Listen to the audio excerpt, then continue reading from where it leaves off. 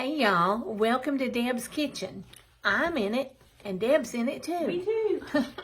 Hey. So, she's got something really good to show us tonight to cook, and I'm gonna let her tell you all about it. It's Crockpot sausage breakfast casserole. It's a one-pan dish. You had me at sausage breakfast. It's the beef sausage. We're using beef. You can use pork sausage, whatever kind you like. But it's the Kielbasa type sausage. It's got some shredded hash brown potatoes in it. It's got some thyme. We're going to give you some thyme. And we're going to put all this together. Everybody needs more time. We're going to put this together in our slow cooker. Okay. Or crock pot. So Mo's going to cut these. And I was going to cut them just straight. Like make a... Whoopsie. She lost her microphone. Somebody's not going to be able to hear us if she don't get that on. There we go, I got it. So I would just cut them straight. All right. You mean like Yes, this? yes, like medallions, yes.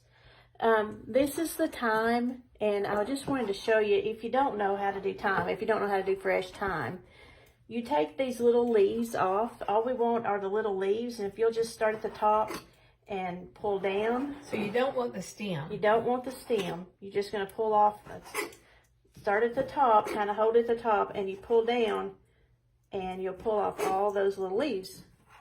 Okay. And then you can leave the stem. So I'm going to pull off a few of these. I love having a crock pot meal because it's so easy. It's so quick, and I can put it together and just leave it. It is. Now, did you grow that thyme? I did grow this thyme, yes. This come right out of my garden. But if you don't have fresh, don't worry. You can use dried thyme, either one. Thyme is pretty strong too, so if it's not something that you're that fond of, you could probably leave it out. But I like it. It's just a strong herb that this recipe calls for. But this one pot breakfast can also be a one pot dinner. So if you'd rather have this for dinner, it'll be a great thing to have for dinner or breakfast, whatever you feel like. I love breakfast for dinner. I do too. I have that often. Tink doesn't usually like it. He doesn't? Oh, no, he likes just breakfast food, you know. But I like it for dinner. We used to do that a lot growing up. Yeah, I've done that as long as I've cooked. And we did it at my mom's. And my mom would do it for us too.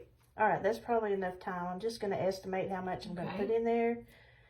If I needed more, I can always go back and get more. Okay. All right, so there's our thyme. The sausage. And the sausage is ready. All right, so don't put it in yet. I'm done. I'm showing them. I thought you were putting it in, sorry.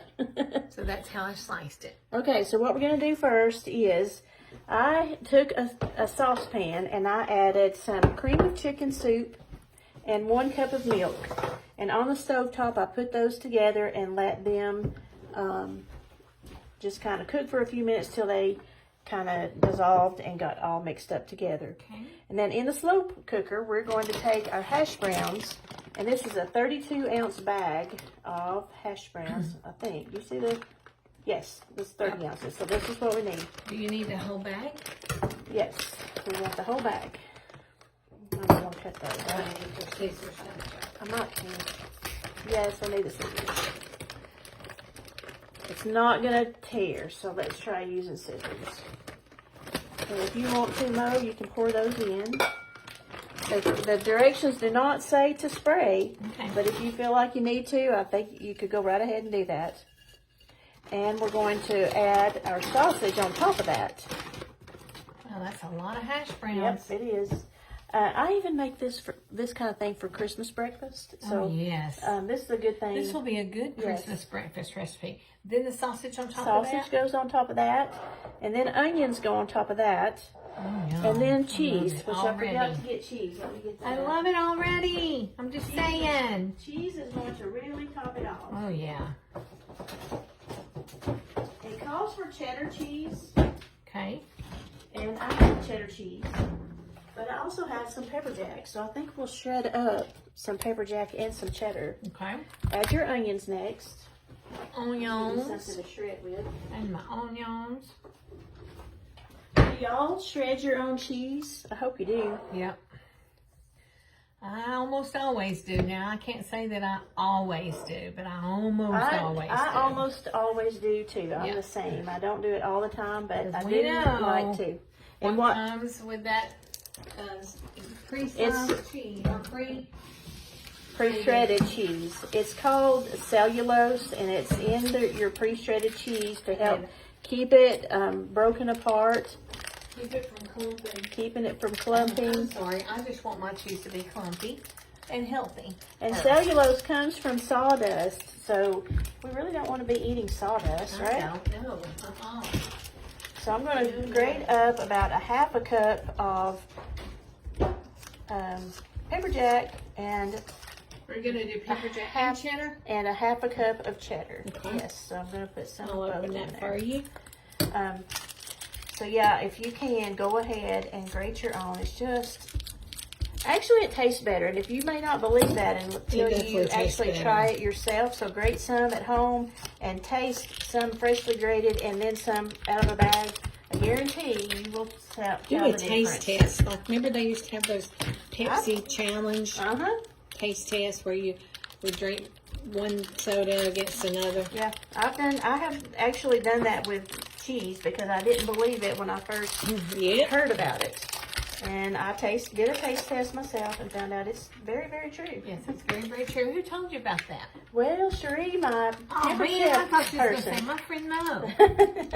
I think did I not tell you? No, my nutrition guy at work told me a Oh, long really? time ago, yeah. Okay. He's the one that talked about it being sawdust. Okay. Oh, well, that's where it's always come from me, is from Pamper Chef. That's, Well, that's why Pampered this Chef knows is a everything. Pampered Chef grater, and that's why it's So a they great talk about it. It's a great thing to demonstrate, but that is what we talk about whenever we demonstrate our grater because I love it's that truly grater. It's a fact. changed my grading game. Yeah, it's upped it a little bit, hasn't it? It's up my game, yeah. Okay, we've got all our cheese added now, Okay. and then we're going to pour in this milk and cream of mushroom. Okay. Cream of Chicken soup. It actually calls for cream of mushroom, but I don't like cream of chicken. I'm sorry. The recipe calls for, we can edit this part. Man, let's don't. Okay. The recipe calls for cream cream of of mushroom, mushroom. but I added cream of chicken. Because she can. I'm not a fan of the cream of mushroom. Oh, that's funny. Oh my goodness, I can't even talk.